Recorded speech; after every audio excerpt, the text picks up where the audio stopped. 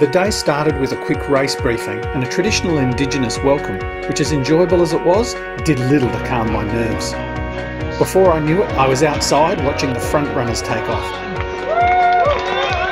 knowing it'd be my turn soon enough. So this is the start of the North Face 100. 100 k's to go.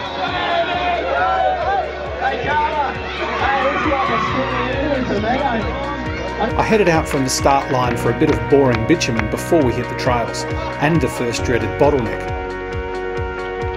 before opening up again into some great bush tracks. And eventually my first good look at some of the stunning scenery I'd be running through for the rest of the day, and a big chunk of the night.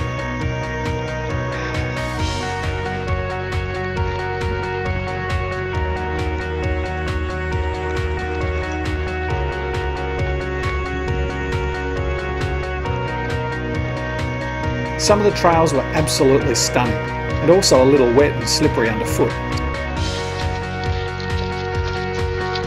Something a few runners found out the hard way early on.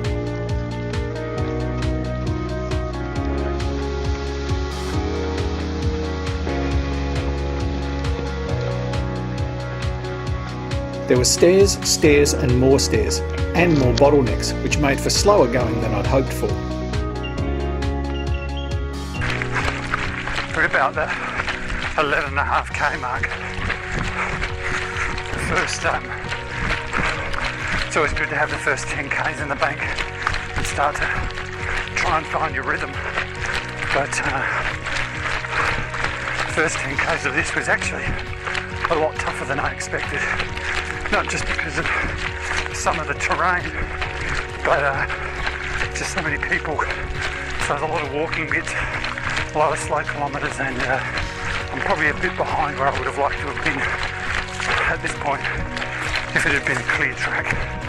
But it's opened up a bit now, and got about 7k's to the first checkpoint, and travelling not too bad. Just hoping to get there in 2.5 hours, and I might go close to that, so see how we go.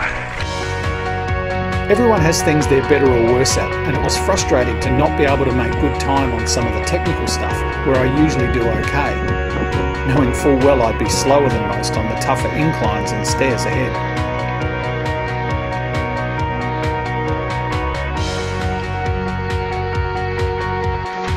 Just coming into the first checkpoint, which is the 18km mark, and I don't mind admitting that was probably the toughest 18k's I've ever run. Some really technical stuff, and then coming up those last couple of k's, some really steep stairs, and I'm spent. That was really a lot tougher than expected. I thought I would get to this checkpoint in about 2.5, and it's just coming on 3 hours, so it gives you a bit of an idea of how far behind I am. The trails opened up again after that, and so did the crowd.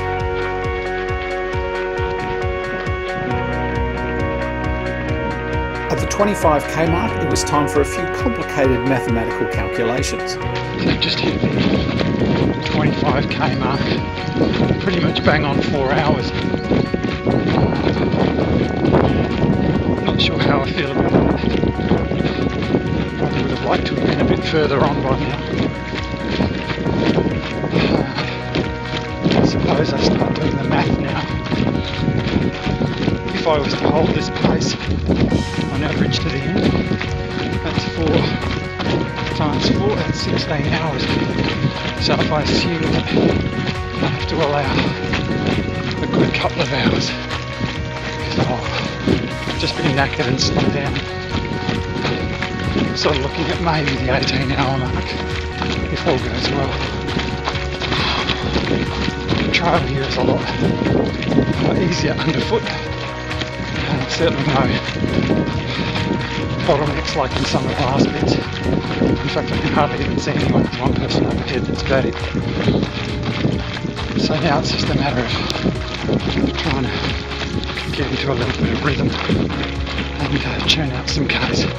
Hopefully a little bit faster than I did the first section. Somewhere in the first 30 Ks though, I developed some fairly serious pain in my left knee and I wasn't able to run as freely as I would have liked. I'm not the fastest runner at the best of times, so to have to slow down from my already modest pace wasn't a great situation to be in. So my injury, along with some of the technical trails, didn't help me in my rhythm at all.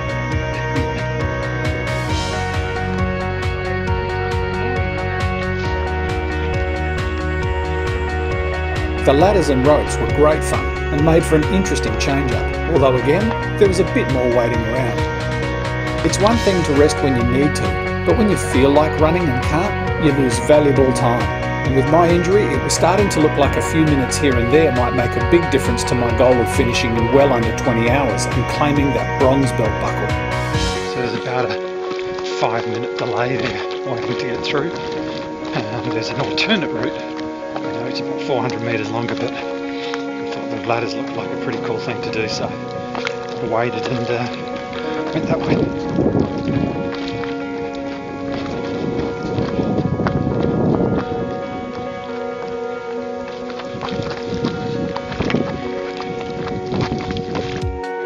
By this time, on top of the pain in my left knee, I added a dodgy right quad to my collection, and all before I'd reached the 30k checkpoint.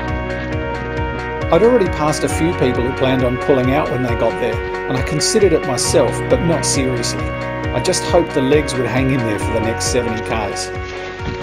Checkpoint 2 section took me only a fraction over 3 hours, which is what I allowed for it. So I'm not unhappy with that, but I'm just not feeling very good. It's been one of those days. There were many more amazing sights and experiences along the way. But at about the 8-hour mark with around 40 kilometres covered, using my camera became too difficult and I had to put it away and focus on just putting one foot in front of the other until I was close to the finish. I ran in the dark for about 7 hours where I saw little more than my own torchlight, a few course markers and the occasional pinprick of light, letting me know I wasn't the only silly bugger out there still going. Eventually I saw a very welcome sight off in the distance, the lights of the finish line. I'd finished around 2 hours slower than I'd been aiming for, but unlike around 30% of the 1,000 or so people who started, at least I'd made it.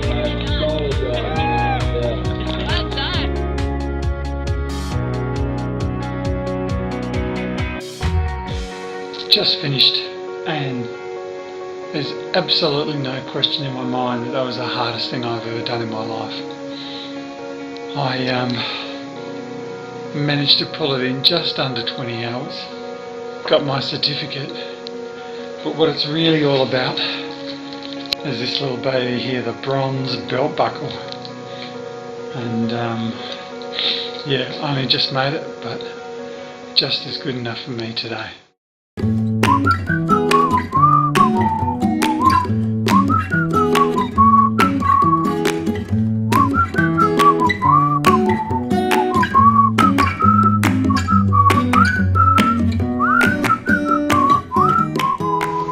Day after the race, and I've just ducked up to the Three Sisters.